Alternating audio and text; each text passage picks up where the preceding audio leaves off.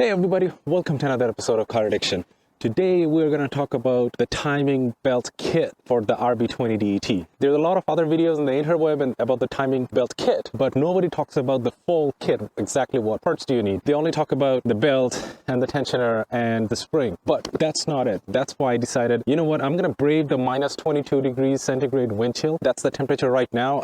It's hard to talk, and I am also on the daddy daycare duty. My son is sitting in the car because he thinks that's comfortable. If this is your first time in my channel, I'm a huge Nissan enthusiast. As you can see, I'm standing in front of my R32 Skyline. I got an MR2, 300ZX, twin turbo, another 300ZX twin turbo, which is inside a heated garage because that's my baby. Don't know why I have it in Xterra. Possessed by the demon himself. If you are 21 and younger, stop, watch a cat video. Being a car enthusiast is detrimental to your financial ability to do anything in life. So watch a cat video, talk to a female, smoke some stuff, be happy. Don't be a car enthusiast. When it comes to the timing belt kit, one of the major important part in the whole kit is the belt itself. And when it comes to the RB, any of the RB series motor, there is practically 3 companies who makes it: Nissan, Gates, Tomei. And everybody else, they are on the second or third tier category. So if you want a quality product, you kind of have to stick to one of these companies.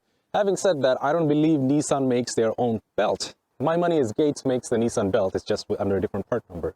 So if you go with a Nissan belt or a Gates belt, to me, they're all the same thing. Tomei is arguably a little bit better because some of their belts are Kevlar made. So for a drift application or a high horsepower build, I recommend going with the Kevlar belt, but there might be some other tuners with a different opinion. But again, I'm choosing rubber against Kevlar. Kevlar is stronger. The kit that I purchased the kit with all the Nissan parts in it. Funny enough, I found the Nissan kit to be the cheapest among all the other options. And I bought everything from Z1 Motorsports because I found their pricing the cheapest.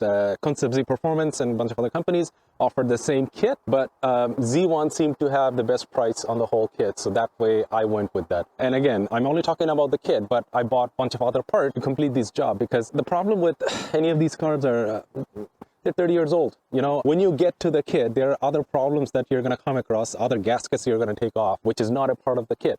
These are 30-year-old gaskets. Since you're already there, you might as well replace them anyway because it's not going to cost you any more labor. It just costs the parts, and gaskets are cheap. All right, let's talk about the elephant in the room, the Nissan timing belt. Anytime, feel free to pause the video and note these Nissan part numbers, because when you call your dealership, if you want to call the dealership, you have to give them these part numbers. And I did try calling my local Nissan dealership, which is in Milton.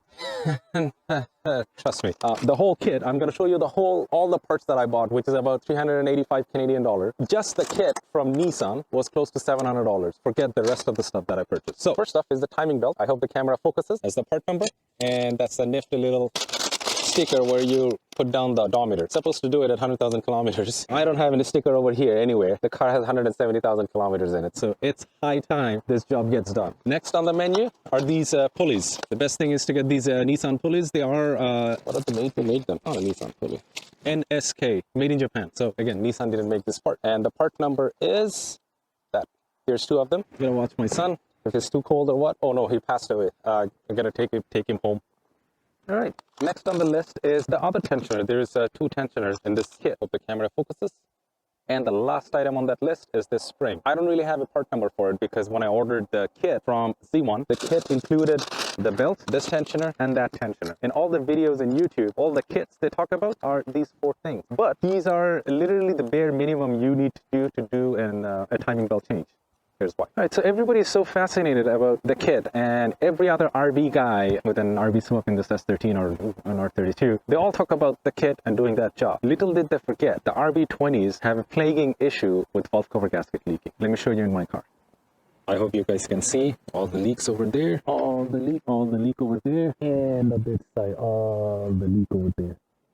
Okay, the other thing is dual overhead cam system, and at the end of the cam, there is 2 rubber grommets. And they leak. When they leak, you need to take the timing belt off, all of this, the front facade off, replace the rubber grommets. These camshaft oil sealed, look at the part number.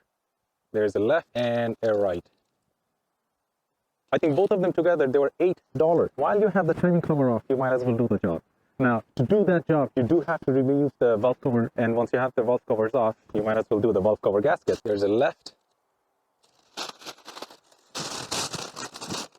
and a right.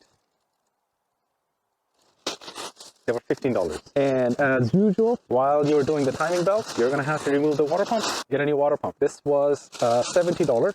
This is an RB20 water pump. I noticed the 25 or 26 water pump was $77. Leave it in the comment section if the RB20 and the 25 or 26 pump is any different. As far as I'm concerned, they should be the same, but this was cheaper, so I went with that. It doesn't have a Nissan part number in it for some reason. Neither it has anything stamped in it.